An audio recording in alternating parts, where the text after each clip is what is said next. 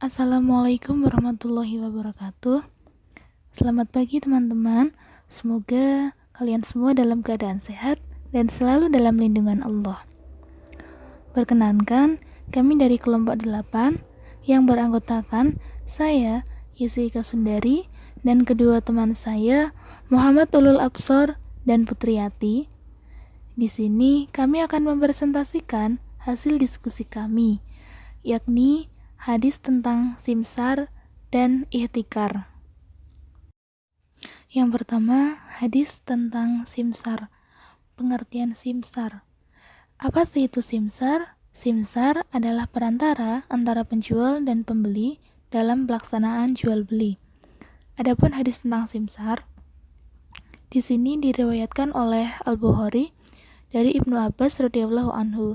Dalam perkara pengertian simsar, ia berkata, tidak mengapa kalau seseorang berkata, jualah kain ini dengan harga sekian, berapapun lebihnya, dari penjualan itu adalah untuk engkau. Pada hadis lain, Rasulullah Shallallahu Alaihi Wasallam bersabda, yang artinya, telah menceritakan kepada kami Abu Awanah dari Abi Bashir, dari Yusuf bin Mahaka, dari Hakim bin Hizam. Ia berkata, wahai Rasulullah, seorang laki-laki bertanya kepadaku tentang jual beli barang yang bukan milikku. Apakah saya menjualnya? Rasulullah Shallallahu Alaihi Wasallam bersabda, jangan menjual apa yang bukan milikmu. Hadis riwayat Abu Dawud. Hadis tentang simsar tersebut memiliki relevansi dengan ayat Al-Quran, yakni pada Quran Surah Yusuf ayat 72, yang artinya, penyeru-penyeru itu berkata, kami kehilangan piala raja, dan siapa yang dapat mengembalikannya akan memperoleh bahan makanan seberat beban unta, dan aku menjamin terhadapnya.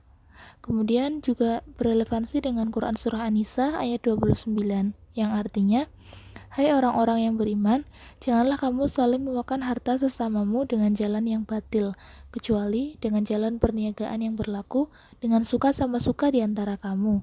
Dan janganlah kamu membunuh dirimu. Sesungguhnya Allah adalah Maha Penyayang kepadamu. Analisis kualitas hadis tentang simsar. Dalam hadis ini ditemukan peristiwa yang tertulis dalam sanad hadis ini, yakni Hakim bin Hizam, yang menceritakan bahwa ada seseorang yang mendatanginya dan ingin bertransaksi dengannya atas barang yang bukan miliknya, dan Rasulullah Shallallahu Alaihi Wasallam melarang untuk menjual barang yang bukan miliknya tersebut. Hadis ini diriwayatkan oleh 5 mukharrij diantaranya 1. Tirmizi, 2. Nasai, 3. Abu Daud, 4. Ahmad bin Hanbal, dan 5. Ibnu Majah. Hadis ini memiliki beberapa penguat, seperti hadis riwayat Daud nomor 3503, hadis riwayat An-Nasai nomor 4613, hadis riwayat Tirmizi nomor 1230, hadis riwayat Ibnu Majah nomor 2187. Penjelasan hadis tentang simsar. Hadis ini menjelaskan bahwasannya dilarangnya menjual sesuatu yang tidak dimilikinya dan tidak ada padanya, atau barang tersebut tidak dalam kekuasaannya. Maksudnya ialah melarang melakukan jual beli sesuatu dalam kepemilikan orang lain. Al-Baghawi mengatakan, larangan dalam hadis ini adalah mengenai penjualan sesuatu yang tidak dimiliki. Adapun menjual sesuatu yang jelas kriterianya dan merupakan bidang kerjaannya, maka boleh dipesan sesuai dengan syarat-syaratnya tersebut. Walaupun barang yang dijualnya itu belum berada di dalam kepemilikannya saat akad dan pemesanan itu, hal ini yang dikenal sejak zaman Nabi Shallallahu Alaihi Wasallam, yaitu jual beli salam. Selanjutnya hadis tentang ihtikar. Pertama, pengertian ihtikar. Ihtikar yaitu membeli komoditas makanan pokok pada saat keadaan tertentu, kemudian menimbunnya, dan menjualnya kembali dengan harga yang mahal pada saat kebutuhan mendesak. Berikut hadis tentang ihtikar dari riwayat Muslim, yang artinya, dari Abdullah bin Musalamah bin Qanabin menyampaikan kepada kami bahwa Sulaiman bin Bilal telah menyampaikan dari Yahya, anaknya Sa'id, berkata, bahwa pernah suatu saat Sa'id bin al-Musayyab menyampaikan bahwa Ma'mara berkata, bersabda Rasulullah Shallallahu Alaihi Wasallam, barang siapa yang telah menimbun barang, maka ia adalah orang yang dilaknat. Maka ditanyalah kepada Sa'id, bahwa sesungguhnya engkau telah menimbun barang.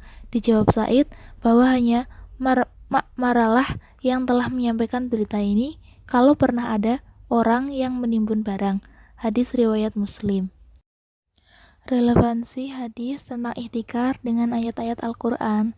Hadis tentang ihtikar berrelevansi dengan ayat Al-Quran, Quran Surah At-Taubah ayat 34-35. Quran Surah Taubah ayat 34 yang artinya, wahai orang-orang yang beriman, sesungguhnya banyak dari orang-orang alim dan rohib-rohib mereka benar-benar memakan harta orang dengan jalan yang batil, dan mereka menghalang-halangi manusia dari jalan Allah. Dan orang-orang yang menyimpan emas dan perak dan tidak menginfakkannya di jalan Allah, maka berikanlah kabar gembira kepada mereka bahwa mereka akan mendapat azab yang pedih. Relevansi hadis tentang ihtikar dengan ayat-ayat Al-Quran. Hadis tentang ihtikar tersebut berrelevansi dengan ayat Al-Quran Surat At-Taubah ayat 34-35. Surat At-Taubah ayat 35. Yauma yuhma 'alaiha fi nari jahannama fatuwa biha bibahuhum wa junubuhum wa zuhuruhum hadza ma kanaztum li anfusikum fazuqu ma kuntum taknizun. Artinya, ingatlah pada hari ketika emas dan perak dipanaskan dalam neraka jahanam. Lalu dengan itu disetrika dahi, lambung, dan punggung mereka, atau seraya dikatakan kepada mereka, inilah harta bendamu yang kamu simpan untuk dirimu sendiri, maka rasakanlah atau akibat dari apa yang kamu simpan itu. Analisis kualitas hadis tentang ihtikar. Hadis ini diterima oleh Imam Muslim dari Abdullah bin Maslamah bin Ha'nabi dengan memakai lafal hattasana, dan Abdullah menerima dari Sulaiman anaknya Bilal dengan lafal haddasana, lalu Sulaiman menerima dari Yahya anaknya Sa'id dengan lafal ain, lalu dari Yahya diperoleh dari Sa'id bin al-Musyahab atau ayahnya Yahya dengan lafal yuhaddisu. Kemudian Sa'id menerima dari Ma'mar dengan lafal qala. Menurut Suhudi Ismail, kata haddasana termasuk kata yang dapat menunjukkan hubungan antara periwayat dengan periwayat terdekat, sedangkan lafal ain menunjukkan kedekatan antara perawi dengan perawi lainnya yang menerima hadis. Dengan demikian, periwayatannya hadis dari beberapa perawi sampai kepada Imam Muslim tidak ada keraguan dari sisi ketersambungan sanadnya.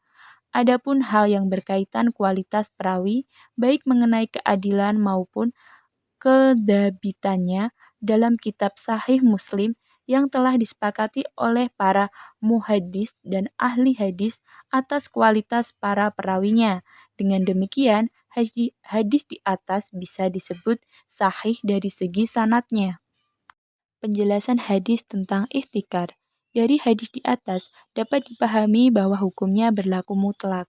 Artinya tidak ada pembatasan secara khusus dalam beberapa komoditas tertentu dalam praktek ihtikar. Larangan menimbun harta itu mencakup segala komoditas yang diperlukan masyarakat, bukan hanya kebutuhan pokok saja. Akan tetapi, berbeda dengan pendapat yang dikemukakan oleh kalangan mazhab Syafi'iyah, bahwa mereka menganggap larangan menimbun harta hanya berlaku pada komoditas makanan pokok saja. Gagasan ini didasari dengan hadis Nabi yang diriwayatkan oleh Abu Ummah menjelaskan bahwa Rasulullah Shallallahu Alaihi Wasallam melarang ihtihar makanan. Asy Syaukani memberikan pendapat bahwa ilat haraman menimbun harta itu bila merugikan kaum muslimin. Namun, jika tidak sampai merugikan, hukumnya tidak diharamkan. Pendapat ini seolah memberi jalan tengah bahwa keharaman dari praktek penimbunan harta itu dilihat dari segi ikhlasnya.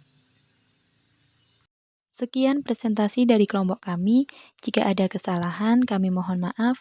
Wassalamualaikum warahmatullahi wabarakatuh. Terima kasih.